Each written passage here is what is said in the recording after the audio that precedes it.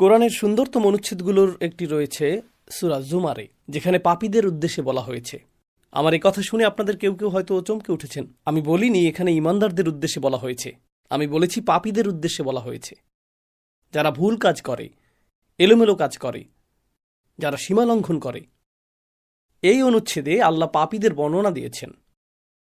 প্রথমে এসেছে আল্লাহ বলছেন, قل يا عبادي الذين أسرفوا على أنفسهم তিনি তার রসুল সাল্লাল্লাহু আলাইহি সাল্লামকে বলেছেন, তিনি তাকে আদেশ করেছেন, বলুন আমার সেই বান্দাদেরকে যারা নিজেদের উপর অন্যায় করেছে।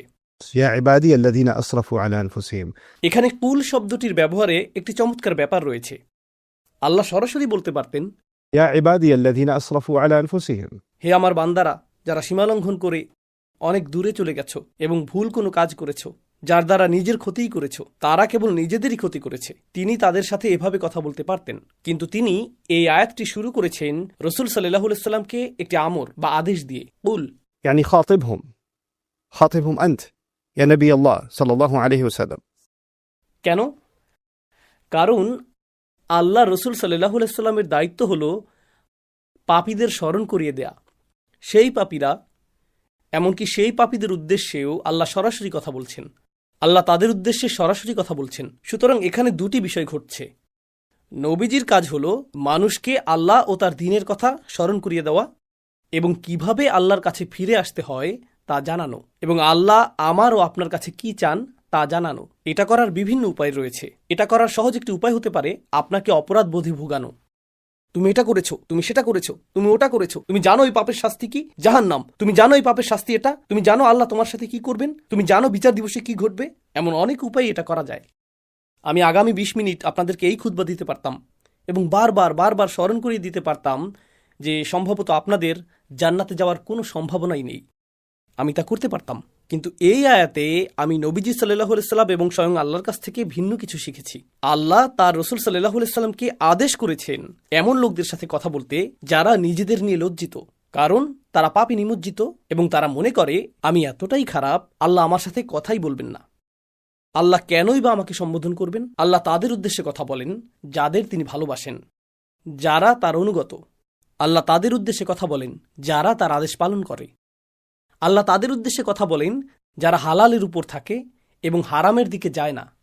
কিন্তু এই আয়াতে আল্লাহ কথা বলছেন আল্লাযীনা আসরাফু আলা আনফুসিহিম। আর এর চেয়ে উল্লেখযোগ্য বিষয় হলো এই আয়াতটি মক্কায় অবতীর্ণ হয়েছিল। সুতরাং এটি শরীয়তের বিধান আসার পরে আসেনি। এটা রাসূল সাল্লাল্লাহু আলাইহি সাল্লাম মদিনায় হিজরতের পরে নাজিল হয়নি, যখন আমাদের উপর রোজা ফরজ হয়েছিল এবং খাদ্যাভ্যাসের নিয়মকানুনগুলো আরও বেশি করে ব্যাখ্যা করা হয়েছিল। তাই আমরা সাধারণত যেগুলোকে হালাল ও হারাম বলে মনে করি তার বেশিরভাগই তখন ছিল না। এই আয়াতে আল্লাহ যাদের উদ্দেশ্যে কথা বলছেন তাদের মধ্যে এমন লোকও ছিল যারা চূড়ান্ত পাপে লিপ্ত ছিল। তারা এমনকি শিরকও করছিল, এমনকি মুশরিকরাও এর অন্তর্ভুক্ত, এমনকি তারাও। কারণ তারা সবাই আল্লাহর বান্দা, তারা তা উপলব্ধি করুক বা না করুক, তারা স্বীকার করুক বা না করুক, তারা তো আল্লাহরই বান্দা।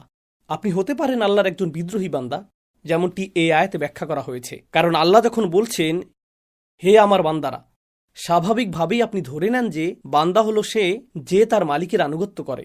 তাই আপনি ভাবতে পারেন যে এখানে অনুগত বান্দাদের কথাই বলা হচ্ছে। ইসরাফ হলো আপনি যখন স্বাভাবিক মাত্রার উপরে চলে যান।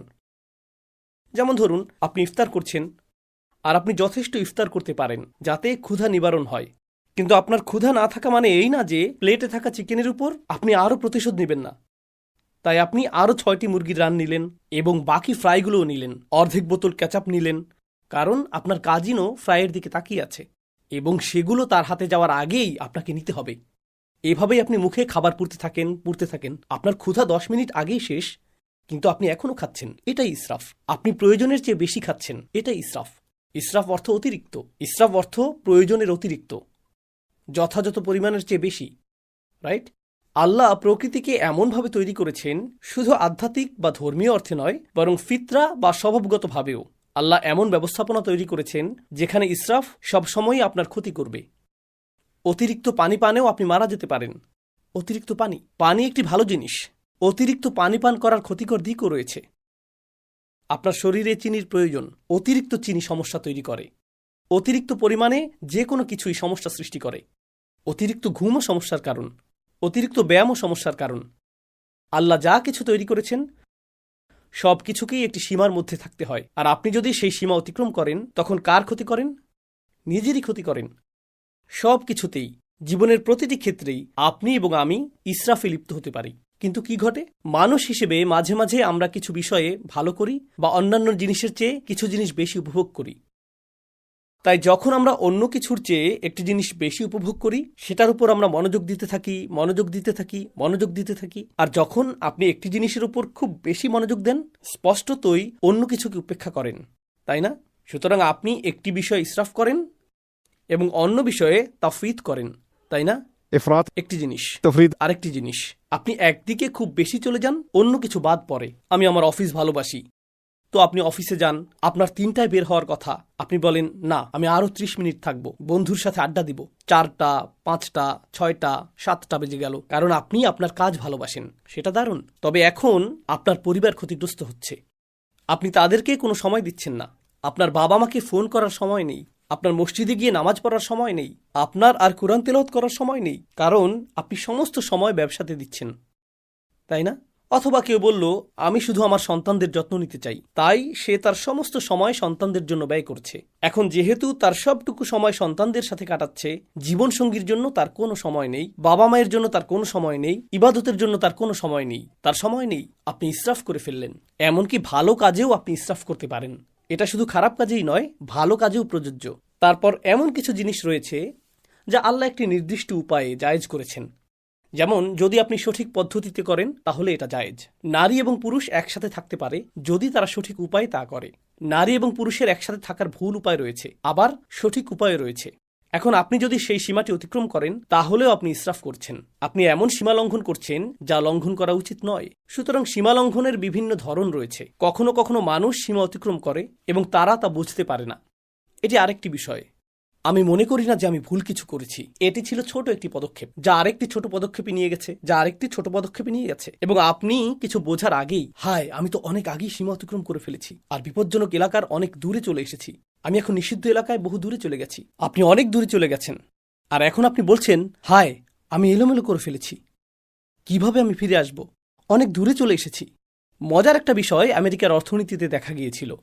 যখন কয়েক বছর আগে সাবপ্রাইম মর্টগেজ সংকট হয়েছিল, তখন বলা হচ্ছিল ব্যাংকগুলো এতটাই বড় যে তা ব্যর্থ হতে পারে না, অথবা গাড়ি কোম্পানিগুলো এতটাই বড় যে ব্যর্থ হতে পারে না। অর্থাৎ তাদের ব্যর্থতা এতটাই বড় যে নিরুপায় হয়ে তা মেনে নিতে হবে। এর থেকে ফিরে আসার আর কোনো উপায় নেই। তাই আসো এই ফুটো বালতিতে আরও টাকা ঢালি, তাই না? আপনি ভাবেন, তওবা করার তুলনায় আমি অনেক বেশি পাপী, আমি ফিরতে পারবো না, সংশোধন করা সম্ভব না, এখন আমার কেবল পতনই হবে, আমার অনেক দেরি হয়ে গেছে। এটা আসলে এক ধরনের হতাশার মানসিকতা। তো আল্লাহ আমাকে এবং আপনাকে নিজেদের ক্ষতি করা থেকে রক্ষা করার জন্য প্রথম যে কথাটি বলেছেন, লা তাকনাতু মির রহমাতিল্লাহ, আল্লাহর পক্ষ থেকে আসা ভালোবাসা ও যত্ন থেকে আশাহত হয়েও না। আল্লাহ এখনো আপনাকে ভালোবাসেন, আল্লাহ এখনো আপনার প্রতি যত্নশীল। আমি রহমার অনুবাদে দয়া শব্দটি ব্যবহার করিনি, আমি ইচ্ছাকৃতভাবে ভালোবাসা ও যত্ন ব্যবহার করেছি। আমি এই খুতবাতে তা ব্যাখ্যা করতে চাই। আমি অন্যত্রও এটা বলেছি, কিন্তু এই বিষয়ে আশা হারাবেন না যে আল্লাহ এখনো আপনাকে ভালোবাসেন এবং আল্লাহ এখনো আপনার প্রতি যত্নশীল। إن الله يغفر الذنوب جميعا কোনো সন্দেহ নেই, আল্লাহ সমস্ত পাপকে একসাথে ক্ষমা করে দেবেন। এর সবগুলো, তিনি সবকিছু মুছে দেবেন, সবকিছু ঢেকে দেবেন। إن الله يغفر الذنوب جميعا إنه هو الغفور الرحيم। কিভাবে তিনি তা করতে পারেন? আল্লাহ বলেছেন, এর কারণ একমাত্র তিনিই ভুল ত্রুটির অতিশয় মার্জনাকারী এবং তিনিই সর্বদা প্রেমময় ও যত্নশীল। এটাই প্রথম চিকিৎসা যা আমার প্রয়োজন। দ্বিতীয়টি, আর এই সব কিছু আমি আপনাদের সাথে শেয়ার করছি কারণ আমরা মনে করি রমজান মাস হলো আল্লাহর কাছে প্রত্যাবর্তনের মাস, তাই না? আর রমজানের 2/3 চলে গিয়েছে। এখন আপনাদের অনেকেই ভাবছেন, হায়, রমজানে তো আমি কিছুই করিনি। এত বড় একটা সুযোগ ছিল, রমজানের প্রস্তুতি নিয়ে, রমজানকে সর্বোচ্চ কাজে লাগানো নিয়ে এত আলোচনা হলো, এখন 20টিরও বেশি রোজা চলে গেল, আমি কিছুই করতে পারিনি। আমি এমনকি নামাজও কাজা করেছি, আমি আমার খারাপ অভ্যাসগুলো ছাড়তে পারিনি, আমি শুধু ভুল করেই চলেছি। আর এখন রমজান মাস প্রায় শেষ, কিন্তু আত্মতৃপ্তি লাভ করার মতো আমার কিছুই নেই। ঠিক যেমন আমরা বলি, আত্মতৃপ্তি লাভ করার মতো আমার জীবনে কিছুই নেই, আমি সব নষ্ট করে ফেলেছি। এখন আমরা রমজানের ক্ষেত্রেও সেটাই বলছি। রমজান হলো 1 মাসে আমাদের জীবনের সারসংক্ষেপ, আর রমজানের এই 2/3 শেষ হয়ে যাওয়াটা অনেকটা এরকম, আমার জীবনের অনেকটা সময় চলে গেছে, এখন আমি কি করতে পারি, তাই না? প্রতিবার শেষ 10 রাতে আপনি শুনেন যে আপনাকে আরো বেশি কিছু করতে হবে, আরো বেশি করতে হবে। আমি ভাবছি আমি তো ন্যূনতম বাধ্যবাধকতাও পূরণ করছিলাম না, আর এখন আরো বেশি করতে হবে।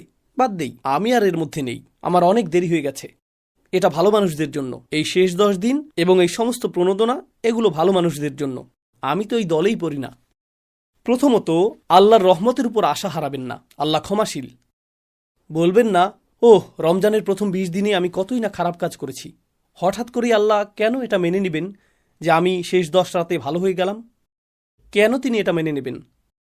এটা ঠিক যেন আমাদের জীবনের শেষে অবস্থা। আমরা যদি জীবনের বেশিরভাগ অংশ পাপে কাটিয়েও থাকি, আল্লাহ তবুও আমাদের সব কিছু পরিবর্তন করার, ফিরে আসার একটি সুযোগ দিচ্ছেন। তারপর তিনি বলেছেন, দ্বিতীয় বিষয়টি হল وأنيبوا إلى ربكم. সর্বান্তকরণে ফিরে আসো। الإنابة العودة إلى الله قلبا. যখন আপনি অন্তর দিয়ে আল্লাহর দিকে ফিরে আসেন, একেই বলা হয় ইনাবাহ। অন্তর থেকে আপনার প্রভুর কাছে ফিরে আসুন। এটা গুরুত্বপূর্ণ, তার কারণ এর মানে আপনি বাকি সবার কথা শোনা বন্ধ করুন। তার কথা শোনা বন্ধ করুন যে বলে তুমি কখনো ভালো হবে না, আল্লাহ তোমাকে কখনো ক্ষমা করবেন না। আপনার জীবনে এমন লোক আছে যারা এমন কথা বলে থাকে, আল্লাহ তোমাকে কখনো ক্ষমা করবেন না।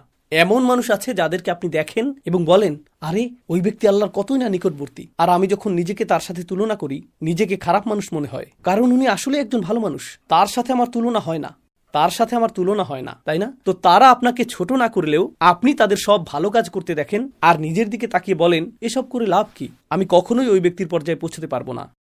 কোনো একজন এসে বলল, মাশাআল্লাহ, আলহামদুলিল্লাহ, আমি এই মাসে দ্বিতীয়বারের মতো কোরআন খতম করলাম, আর আপনার অবস্থা এমন, আমি তো ফাতিহাও পড়িনি। কিন্তু আপনি তা আর বলেন না।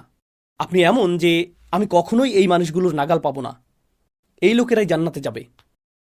আমি তো মনে হচ্ছে রাস্তার অন্য পাশে রয়েছি, বিপরীত দিকে এগিয়ে যাচ্ছি, তাই না? না, আল্লাহ বলছেন তোমার রবের কাছে ফিরে এসো, অন্য মানুষের দিকে তাকিও না। শুধু তুমি তোমার হৃদয়কে শুধু তোমার রবের দিকে ফিরাতে হবে, আর অন্য সবার প্রতি মনোযোগ দেওয়া বন্ধ করো। এটা কোনো প্রতিযোগিতা নয়, এটা কোনো প্রতিযোগিতা নয়। কয়জন 8 রাকাত পড়েছে, কয়জন 20 রাকাত পড়েছে, তুমি কয়টি কিয়ামুল লাইল আদায় করেছো, তুমি কয় রাকাত তাহাজ্জুদ পড়েছো, এটা কোনো প্রতিযোগিতা নয়। এটা কোনো প্রতিযোগিতা নয়, এটা অন্য কারোর সাথে তুলনা নয়।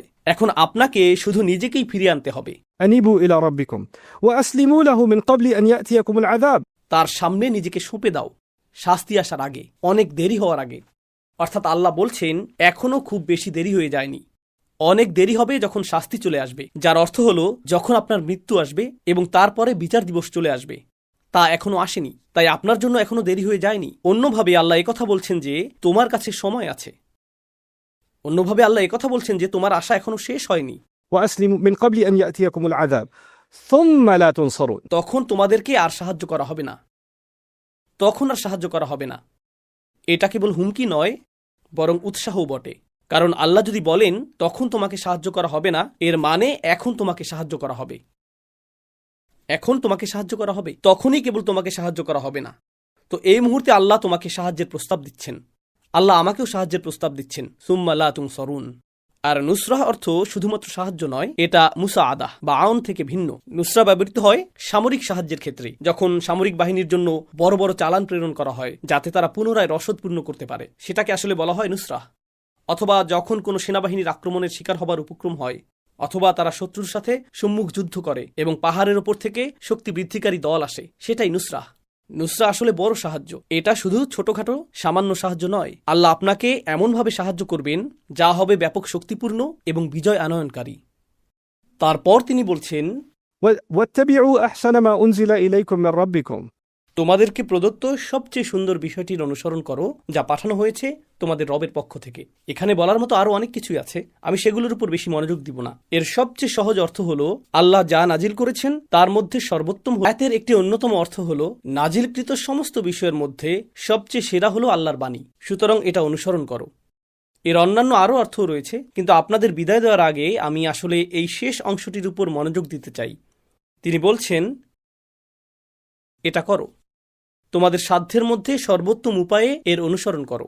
আল্লাহর নাজিল করা সবচেয়ে সুন্দর জিনিসটির অনুসরণ করো। কারণ কিছু লোক বলে, ও ইসলাম এত কঠিন, এত বেশি নিয়ম কানুন, এটা অনেক জটিল, আমি জানি না কি করতে হবে, আমি জানি না কেন এত খুঁটিনাটি বিষয় রয়েছে। কিন্তু আল্লাহ বলছেন না, এটা আসলে সুন্দর এবং সরল। এমন কারো কথা ভাবুন যে মক্কায় এই আয়াতটি শুনেছিল, ধর্মে তাদের জন্য তখন কি কি জটিলতা ছিল। তারা যখন সূরা জুমার শুনেছিল তখন কি জটিলতা ছিল? ধর্মের মধ্যে কাঠিন্য কোথায় ছিল? এটি ছিল সহজ সরল একটি বার্তা। এটি ছিল সুন্দর ও দ্ব্যর্থহীন।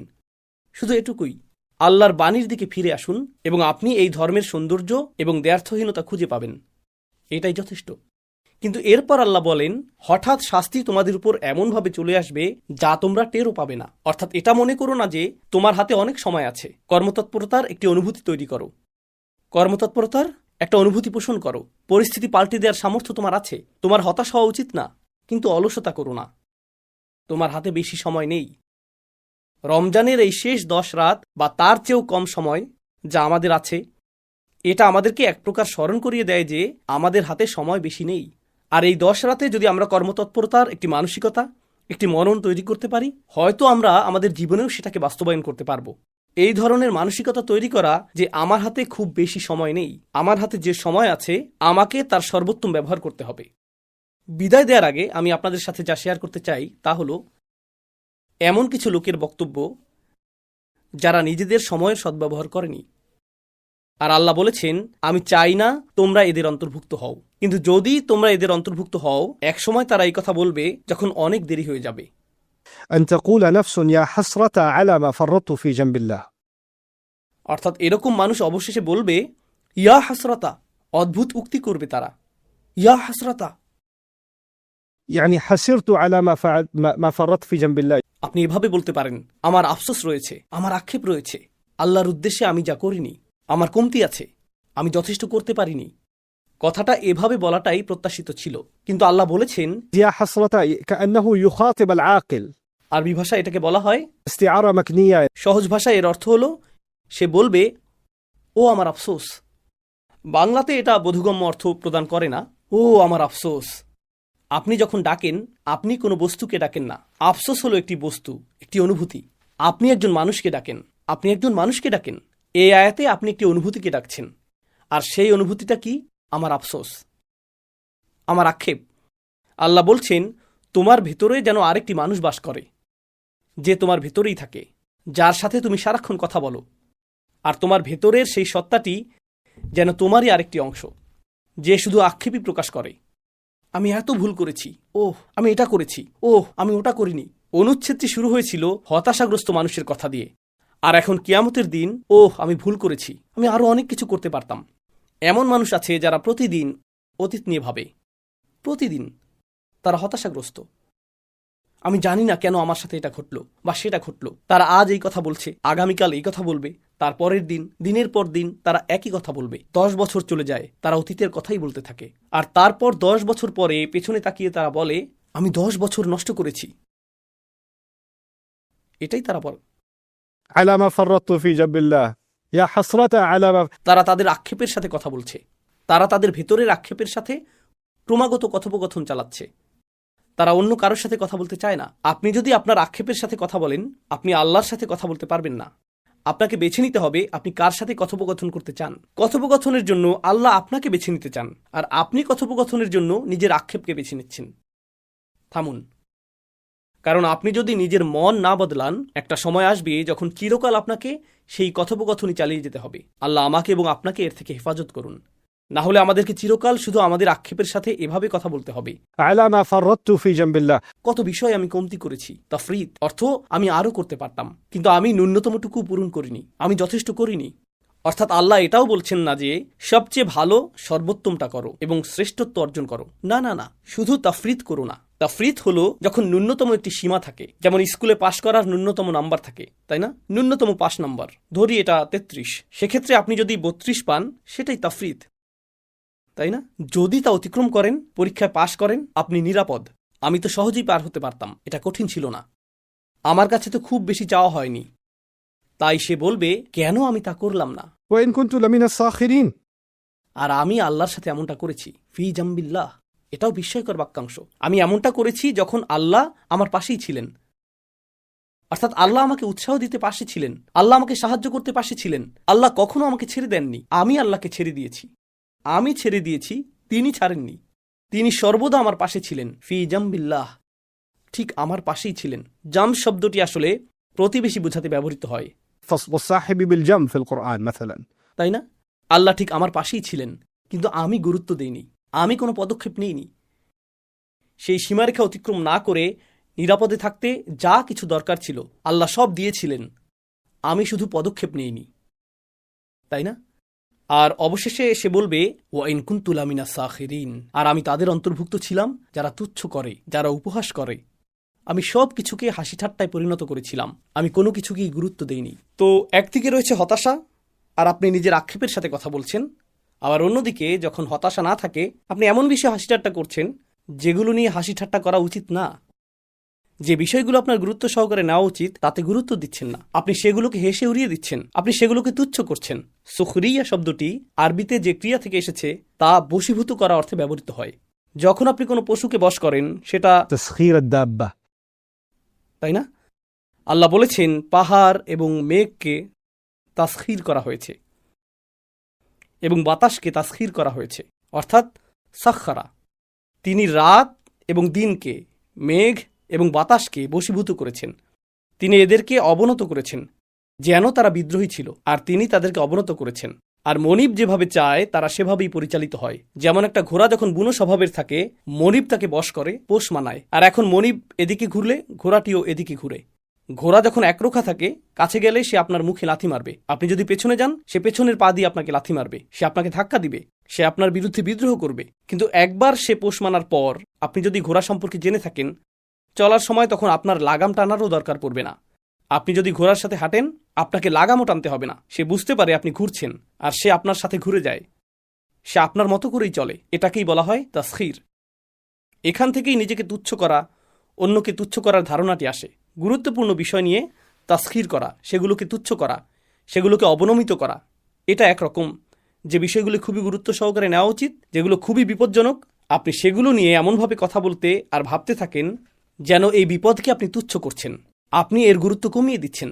আর অবশেষে মানুষ এরকম কথা বলে, আমি আরও করতে পারতাম, আমি বিষয়গুলোকে গুরুত্ব দিতে চাইনি, আমি এমন হতে চেয়েছি, যারা বলে আমি এগুলো থেকে দূরে থাকতে চাই। আজকে সর্বশেষ একটা বিষয় শেয়ার করতে চাই। সম্প্রতি একজন আমাকে জিজ্ঞেস করেছে কিভাবে আমি একজন কিশোরকে ইসলামে আকৃষ্ট করতে পারি। আমাকে বলেছে আপনার সময় 30 সেকেন্ড, বলুন কিভাবে একজন কিশোরকে ইসলামের প্রতি আকৃষ্ট করা যায়। আমি বললাম, আপনি কি বলছেন, মাত্র 30 সেকেন্ড? কেন? কারণ যখনই আমি তাদেরকে ইসলামের কথা বলি, তারা চোখ ঘুরিয়ে নেয়। আমারও ইসলামিক বয়ান, কখন যে বাবা থামবে, আমার মা তো আসলেই আমি কি এখন যেতে পারি? হ্যাঁ, কথাটা ভালো ছিল, ধন্যবাদ। হ্যাঁ, বুঝেছি, আমরা সবাই জাহান্নামে যাব, ধন্যবাদ। নির্লিপ্ত একটা ভাব, এক ধরনের গুরুত্বহীনতা। আমি এতে যুক্ত হতে চাই না। কেন আপনি এটা নিয়ে আমাকে বিরক্ত করছেন? কেন আপনি আমাকে মসজিদে টেনে আনছেন? আমি কি আমার ফোনটা নিতে পারি? আমি কি মোবাইল গেমিং ডিভাইস নিয়ে পেছনে বসতে পারি? কারণ আমি আমি আমি এই বিষয়ে চিন্তা করতে চাই না। আর জানেন, এটাই একটা লাইফস্টাইলে পরিণত হয়, এবং এটা শুধু কৈশোরই সীমাবদ্ধ থাকে না, সে বেড়ে ওঠে। শেষ পর্যন্ত সেই মানুষটি বলে, আমি কখনোই কিছুকে গুরুত্ব দিইনি। আর আল্লাহ বলছেন, আমি চাই না তুমি এমন ব্যক্তিতে পরিণত হও যে বেশ দেরি হয়ে যাওয়ার পর যে ব্যক্তি শেষ মুহূর্তে এসে বলে, আমি আরো ভালো করতে পারতাম, আমি ন্যূনতম বিষয়গুলো পালন করতে পারতাম। আর আমি সর্বদা এমন মানুষ ছিলাম যে কখনো কিছুকে গুরুত্ব দেয় না। আমি শুধু এমন লোকদের সাথে যোগ দিয়েছি যারা গুরুত্ব দিয়ে ভাবে না। কারণ মিনা সাখিরিন অর্থ একটা দলে যোগ দেওয়া। মিনা সাখিরিন অর্থ এমন মানুষ যারা সব কিছুকে তুচ্ছ তাচ্ছিল্য করাকে মনে করে রুচিশীলতা। আপনারা হোয়াট এভার গ্রুপ সম্পর্কে জানেন। হ্যাঁ, হোয়াট এভার। ধর্ম আমার কাছে অতিরিক্ত, আমি এর বাইরে, আমি এর ঊর্ধ্বে। মুখের অভিব্যক্তি প্রকাশ করে আপনি কত কম গুরুত্ব দেন। যে বক্তব্য দেওয়া হয়, অথবা আপনার বাবা মা বা ইমাম যে উপদেশ দেন, অথবা কোরআন যা বলে, সেই চাহনি। আর আপনি অন্য কাউকে সেই চাহনি দিতে দেখে বলেন, আরে লোকটা তো কুল, এমনকি আল্লাহকেও ভয় করে না, আমি ওর মতো হতে চাই, আমি কুল লোকদের সাথে থাকতে চাই। তো তারা হয়ে যায় একদল সাখেরিন। আর সে বলে, আমি তাদের মধ্যে ছিলাম যারা সাখেরিন। এটা এরকম যে আমি নিজের স্বতন্ত্র সত্তা হারিয়ে ফেলেছিলাম, আমি শুধু নির্বোধ সঙ্গীর সাথে বেছে নিয়েছিলাম। আর যত বেশি সময় আমি তাদের সাথে কাটালাম, আমি তাদের একজন হয়ে উঠলাম, আমি তাদের সাথে যোগ দিয়ে তাদের একজন হয়ে উঠলাম। আর এই স্বীকারোক্তি কিয়ামতের দিন সে প্রদান করবে। আল্লাহ আমাদেরকে এরকম হওয়া থেকে হেফাজত করুন। আল্লাহ আমাদের সন্তানদেরকেও এরকম হওয়া থেকে হেফাজত করুন। আমি আরও দোয়া করি আল্লাহ যেন আমাদেরকে আক্ষেপকারী মানুষে পরিণত না করেন, কারণ আমরা রমজানের শেষ কয়েকদিন বা শেষ কয়েক সপ্তাহের পূর্ণ সদ্ব্যবহার করিনি। তাই সামনে আসন্ন দিনগুলোর পুরোপুরি সদ্ব্যবহার করুন এটা মনে করবেন না যে রমজান মাস শেষের দিকে। নিজের জন্য আপনার ভাবা উচিত আজকে থেকেই রমজান শুরু হয়েছে, এভাবেই আপনার ভাবা উচিত। রমজান এইমাত্র শুরু হয়েছে, আর আপনি মনে করবেন এবছর রমজান মাস 30 দিনের না, এটা শুধু এই 9 দিনের। এটুকুই যথেষ্ট। আর এই মনোভাব অক্ষুণ্ণ রাখুন। আল্লাহ আপনাকে সেই শক্তি, প্রেরণা এবং সামর্থ্য দান করুন যাতে আপনি সর্বোচ্চ চেষ্টা করতে পারেন এবং নিজের কল্যাণ লাভের উদ্দেশ্যে নিজেকে পরিবর্তন করুন।